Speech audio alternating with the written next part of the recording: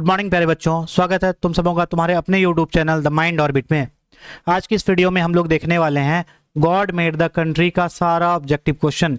यानी पिछली वीडियो में मैंने गॉड मेड द कंट्री जो फर्स्ट पोम था क्लास 10th का, उसका हिंदी एक्सप्लेनेशन डिटेल में मैंने किया है। अगर तुमने अब तक ये वीडियो नहीं देखा है तो सबसे पहले जाकर ये वाली वीडियो देख लो। कहाँ मिलेगा?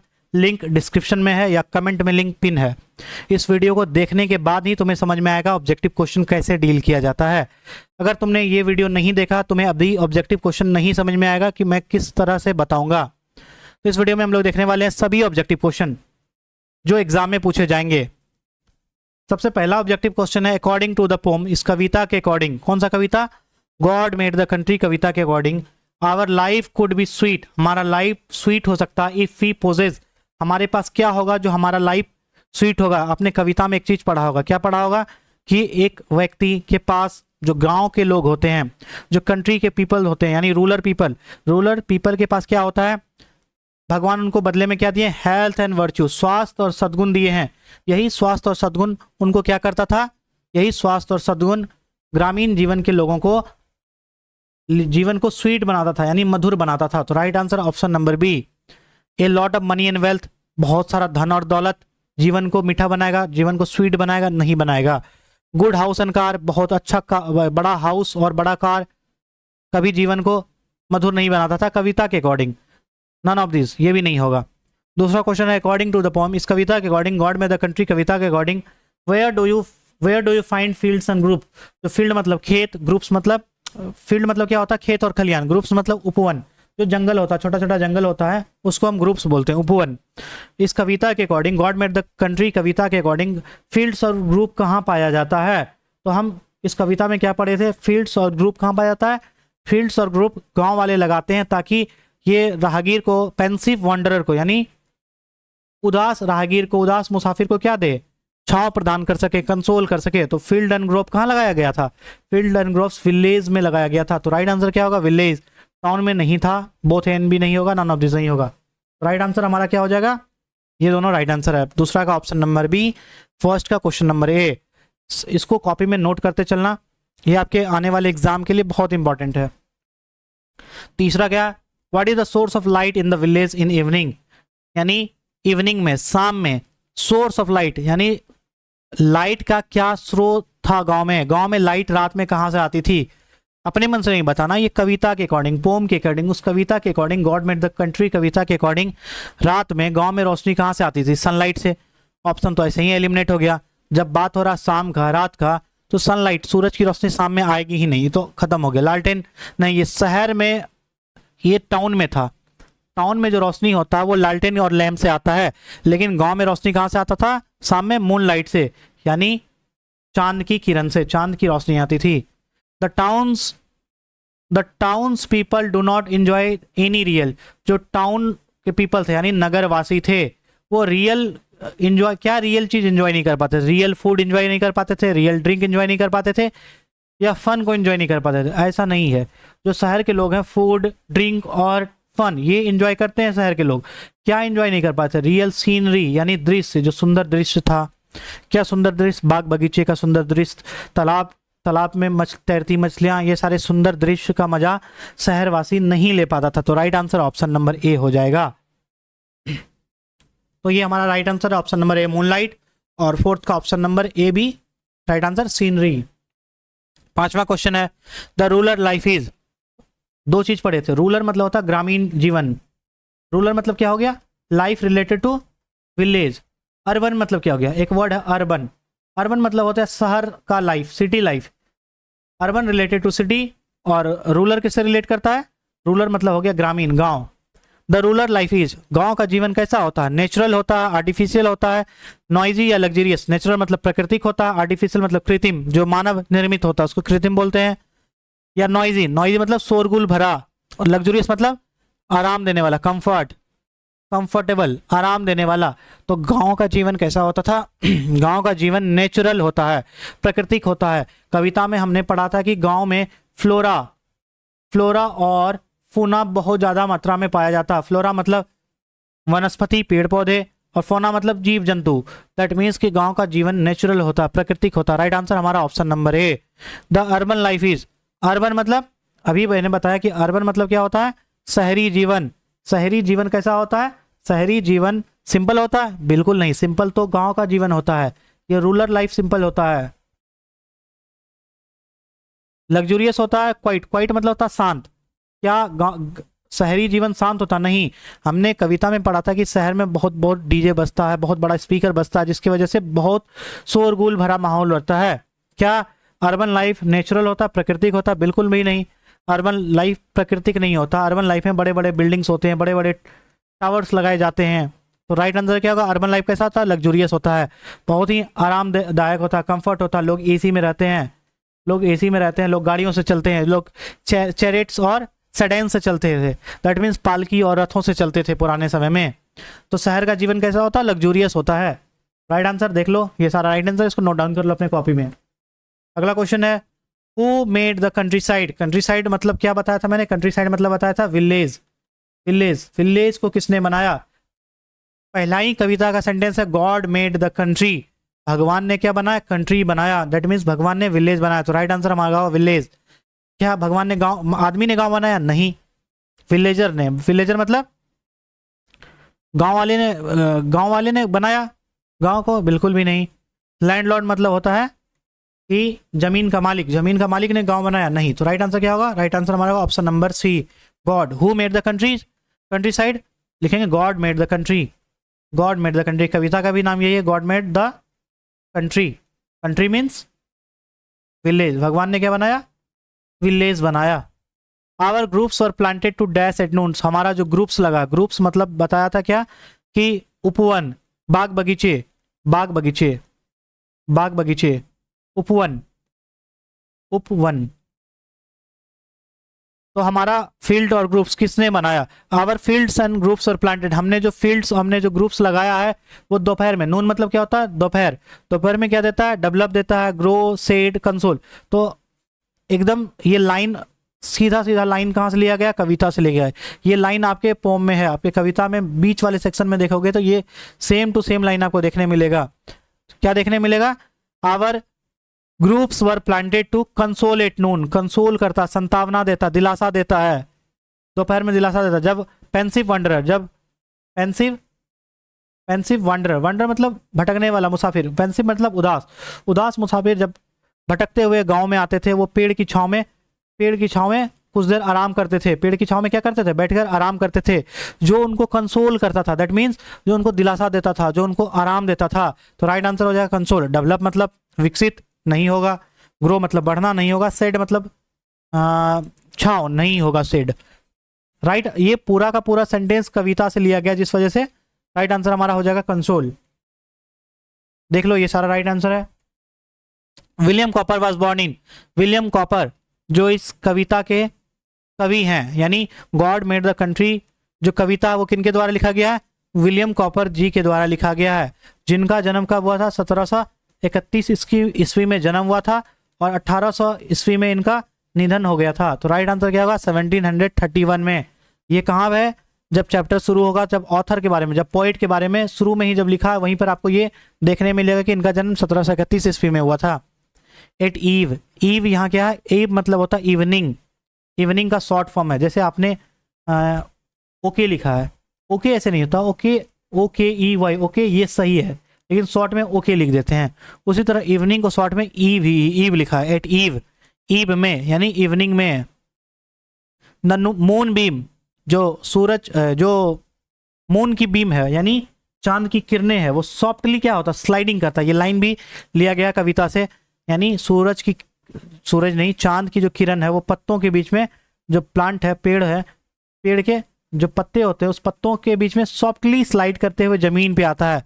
तो राइट आंसर हो जाएगा sliding softly. William copper was born in 1931। अभी देखें दूसरा, शाम में मूनबीम क्या करता है, स्लाइडिंग सॉफ्टली करते हुए जमीन पे आता है।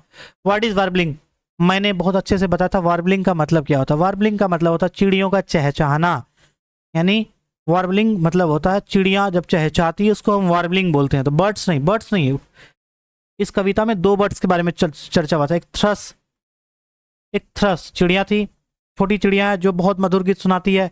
एक नाइट एंगल थी, नाइट एंगल जिसको बुलबुल बोलते हैं, ये बुलबुल भी बहुत अच्छा। ये दोनों इस दो बर्ड्स के बारे में कविता में चर्चा हुआ था। लेकिन वार्बलिंग बर्ड्स नहीं है, जो बर्ड्स चहचहाती है, जो गुनगुनाती है, उसको वार्बलिंग बोलते हैं। तो व्हाट इज वार्बलिंग? वार्बलिंग क्या है? बर्ड्स की सिंगिंग को वार्बलिंग कहते हैं। साउंड है, आवाज है? नहीं। ग्रुप से उपवन है क्या? नहीं। What can make our life better? हमारा जीवन कैसे बेहतर बन सकता है? फ्रेश एयर से, प्लेजर आराम से, गुड हेल्थ एंड वर्च्यू से, अच्छा स्वास्थ्य और सद्गुण से, या क्लीननेस से, साफ सफाई से। कविता में हमने देखा था कि जो गांव वाले होते हैं, गांव के लोग होते हैं, गांव का लोगों का स्वास्थ्य बहुत अच्छा होता है। गांव का लोगों के उपहार के तौर पे क्या मिला? हेल्थ और वर्च्यू, स्वास्थ्य और सद्गुण उन्हें उपहार के तौर पे मिला है। किनके द्वारा? गॉड के द्वारा। तो हमारा जीवन कैसे अच्छा बन सकता है? अगर हमारा हेल्थ, हमारा स्वास्थ्य अच्छा हो, हमारे अंदर वर्च्यू हो, मतलब सद्गुण हो, हम दूसरों का बुरा नहीं चाहते हो, हम सबका भला चाहते हो, तब हमारा जाके जीवन क्या बनेगा? हमारा लाइफ बेटर बनेगा। तो राइट आंसर होगा good health and virtue. 30 number देखते हैं। Why were groups planted? जो ग्रुप्स हैं, बाग बगीचे हैं, उपवन है, उनको क्यों लगाया गया है? Why were groups planted? Groups को क्यों प्लांट किया गया? टू प्रोवाइड वुड्स, लकड़ी देने के लिए प्रोवाइड किया है? नहीं, कविता में ऐसा कोई चर्चा नहीं है। टू प्रोवाइड फ्यूल, ईंधन देने के लिए लगाया, ऐसा भी कोई चर्चा नहीं है। टू प्रोवाइड फ्रूट, फल देने के लिए, ऐसा भी कोई चर्चा नहीं है। लेकिन ये चर्चा टू कंफर्ट अस, आराम देने के लिए। जब राहगीर, जब मुसाफिर भटकते हुए गांव में आएंगे, जब वो धूप में थक जाएंगे तो क्या करेंगे? इसी उपवन में, इसी बाग बगीचे के छांव में बैठकर आराम करेंगे, तो उन्हें कंफर्ट देगा, उन्हें आराम देगा। तो right answer option number D. 14 देख लेते हैं। What according to the poet made the country? Who according to the poet made the country? किनके अनुसार कंट्री यानी गांव बनाया गया है? कवि के अनुसार गांव को किसने बनाया है? यानी कंट्री को किसने बनाया है कवि के अकॉर्डिंग? तो गांव को किसने बनाया? गॉड ने बनाया है। मैन नहीं, सरकार ने नहीं बनाया, यूएनओ ने नहीं, यानी यूनाइटेड नेशन ऑर्गेनाइजेशन ने नहीं बनाया। तो गांव को किसने बनाया? गांव को गॉड ने बनाया है। कंट्री को, कंट्री का रिलेटेड क्या है? विलेज को किसने बनाया? विलेज को गॉड ने बनाया। और टाउन को किसने बनाया है? टाउन को बनाने वाला कौन है? टाउन को बनाने वाला है मैन, व्यक्ति ने बनाया, आदमी ने टाउन को बनाया है। राइट आंसर क्या हो जाएगा? डी, और दूसरा का right answer B. The groups provide dash to the wanderer? Wanderer मतलब मुसाफिर, राहगीर, जो रास्ते भटकते भटकते आ गया हो। ग्रुप्स मतलब पेड़ पौधा, बाग बगीचे क्या देता है राहगीर को? लाइट देता है। पेड़ पौधा कभी लाइट दे सकता है क्या? नहीं दे सकता। हाँ, फ्रूट दे सकता है, लेकिन इस कविता के अकॉर्डिंग फ्रूट का चर्चा नहीं किया गया। फल नहीं देता, बल्कि क्या देता? शेड देता। शेड मतलब क्या होता है? छांव। छांव देता है मुसाफिर को। राइट आंसर क्या हो जाएगा? Option number D. वुड मतलब लकड़ी, लकड़ी नहीं देता है। अकॉर्डिंग टू द पोइट, कवि के according, peoples in the town are? जो शहर में रहने वाले लोग हैं वो कैसे हैं? बिजी हैं। कविता में बिजी का चर्चा नहीं है। खुश हैं? खुश नहीं। खुश कहाँ है? खुश विलेज के लोग खुश थे, शहर के लोग खुश नहीं है, विलेज के लोग खुश थे। ऑनेस्ट होते, शहर के लोग ऑनेस्ट हैं, ऐसा भी कोई चर्चा नहीं है। हाँ, लेकिन ये चर्चा था कि शहर के लोग आइडल होते हैं। आइडल मतलब सुस्त, इनएक्टिव, सुस्त होते हैं। गांव के लोग क्या होते हैं? शहर के लोग क्या होते हैं? सुस्त होते हैं। वो बड़ी बड़ी गाड़ियों में चलते हैं, महल में रहते हैं, इस वजह से वो सुस्त होते हैं। लेकिन गांव के लोग खेत में काम करते हैं, खेत खलिहानों में काम करते हैं, वो एक्टिव होते हैं, जिस वजह से उनको स्वास्थ्य के उपहार के तौर पे स्वास्थ्य और सद्गुण मिला है। तो राइट आंसर क्या होगा? Option number D, idle. यानी ग्रुप्स को क्यों लगाया जाता है? ग्रुप्स क्या देता है? उपवन क्या देता है? मुसाफिर को छांव देता है। कवि के अकॉर्डिंग कविता में टाउन के लोग यानी शहरवासी कैसे होते हैं? आइडल होते हैं, सुस्त होते हैं, इनएक्टिव होते हैं। Why has the country life better? गांव का जीवन क्यों बेहतर है? गांव फ्री फ्रॉम पॉल्यूशन यानी प्रदूषण से मुक्त होता है, ये होगा। या गांव में बहुत रोजगार है? गांव में रोजगार है? नहीं है गांव में रोजगार। फैसिलिटीज फॉर एजुकेशन के लिए फैसिलिटीज है? ऐसा भी कुछ नहीं है कि बहुत बढ़िया फैसिलिटीज है गांव में एजुकेशन के लिए। फ्री फॉर मेडिकल ट्रीटमेंट की बहुत अच्छा मेडिकल ट्रीटमेंट मिलता है गाँव में? ऐसा नहीं है। गाँव में हेल्थ ज़्यादा अच्छा रहता है। क्यों? कि गांव के लोग फ्रेश वाटर पीते हैं, शुद्ध पानी पीते हैं, फ्रेश वाटर पीते हैं। गांव के लोग फ्रेश एयर लेते हैं, यानी गांव फ्री फ्रॉम पॉल्यूशन होता है। इसीलिए गांव के लोगों का जीवन बहुत ही बेटर है, बहुत ही अच्छा है। William Cowper's poem show a deep respect for the, William जो कॉपर है उनकी कविताओं में किन के प्रति गहरा सम्मान दिखता है, डीप रिस्पेक्ट दिखता है। तो हमने ऑथर के बारे में, जब पोइट के बारे में पढ़ा था, पोइट के बारे में पढ़ने के दौरान ही हमने पाया था क्या, विलियम वर्ड्सवर्थ और विलियम कॉपर दोनों कवि गांव के प्रति यानी रूरल लाइफ, ग्रामीण जीवन के प्रति डीप रिस्पेक्ट रखते हैं, यानी गहरा सम्मान रखते हैं। तो right answer option number C, happy life नहीं, हैप्पी लाइफ मतलब खुश जीवन, अर्बन लाइफ मतलब शहरी जीवन, कॉमन लाइफ मतलब आम जीवन नहीं। तो राइट आंसर क्या होगा, रूरल लाइफ, ग्रामीण जीवन के प्रति विलियम कॉपर हो और साथ ही साथ विलियम वर्ड्सवर्थ, दोनों कवि डीप रिस्पेक्ट, गहरी आदर का भावना रखते थे ग्रामीण जीवन के प्रति। ये सारा आंसर है। अगला देखो, इन the town the Nightingale is, शहरों में नाइटिंगेल यानी बुलबुल जो चिड़िया थी वो क्या हो गई थी। तो हमने कविता में पढ़ा था कि शहरों में जो बर्ड्स थी वो चुप हो गई थी, म्यूट हो गई थी, शांत हो गई थी। क्यों? क्योंकि शहरों में बहुत साउंड था। कहाँ से साउंड आता था? ये साउंड पार्टी का था, ये साउंड डीजे का था, ये बड़े बड़े स्पीकर्स, बड़े बड़े डीजे का स्पीकर्स लगा होता, जिस वजह से क्या हुआ, इस वजह से जो शहर में रहने वाली चिड़िया थी नाइटिंगेल थी वो क्या हो गई, डर गई थी और म्यूट हो गई, शांत हो गई। तो राइट आंसर क्या होगा, म्यूट होगा। स्केर्ड भी हो सकता था, अगर ऑप्शन में म्यूट नहीं होता तो राइट आंसर स्केर्ड होता। स्केर्ड मतलब डर गई थी, हैप्पी नहीं होगा, सैड भी नहीं होगा।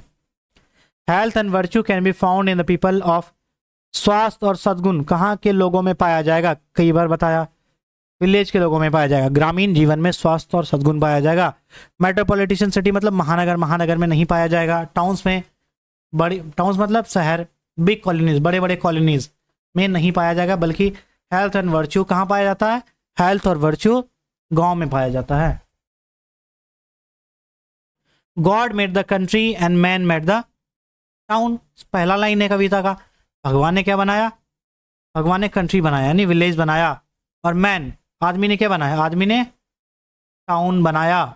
राइट आंसर टाउन हो जाएगा।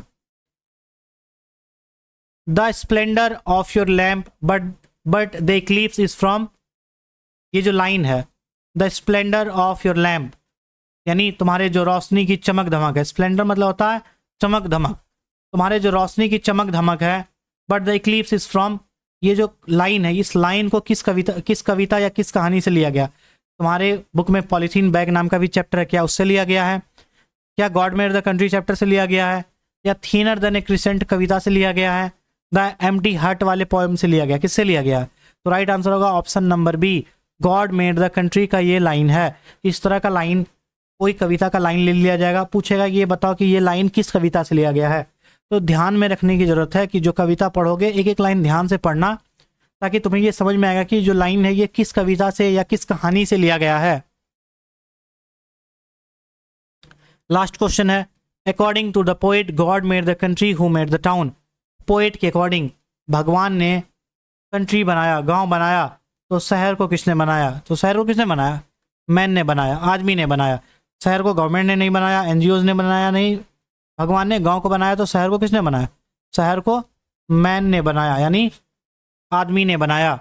ये टोटल हमने 23 क्वेश्चंस देखे। ये 23 क्वेश्चंस के अलावा एक भी क्वेश्चन बाहर से नहीं आएगा। जब आप दो वीडियोस, दो चीज़ देख लेते हो, कौन सा? एक तो सबसे पहला ये गॉड मेड द कंट्री का मैंने जो एक्सप्लेनेशन दिया है, उस वीडियो को देखने के बाद ये ऑब्जेक्टिव क्वेश्चन देख लेते हो, तो मैं ये गारंटी ले सकता हूँ कि आपके एग्जाम्स में ऑब्जेक्टिव में जितने भी क्वेश्चन आएंगे एक भी क्वेश्चन नहीं छूटेगा। अगर आपने अब तक नहीं देखा तो ये वाला वीडियोस देख लेना गॉड मेड द कंट्री का। अगर आप चाहते हैं कि आपके एग्जाम में लेटर राइटिंग से क्वेश्चन आए, यानी 5 नंबर का लेटर राइटिंग से क्वेश्चन आता है, अगर आप 10th में पढ़ रहे हो, तो मैंने दोनों तरह का लेटर लिखने सिखाया, फॉर्मल लेटर, इनफॉर्मल लेटर, दोनों के बारे में डिटेल एनालिसिस किया गया इस वीडियो में, और साथ ही साथ फॉर्मेट बताया कि किस प्रॉपर फॉर्मेट में लेटर लिखा जाता है। अब यहाँ तक पहुँच ही गए हो तो चैनल को सब्सक्राइब कर लेना। चैनल का नाम है द माइंड ऑर्बिट। इस चैनल को सब्सक्राइब कर लेना, अपने दोस्तों तक शेयर कर देना, और कमेंट में बताना कि वीडियो तुम्हें पसंद आई या नहीं आई। Thank you for watching this video.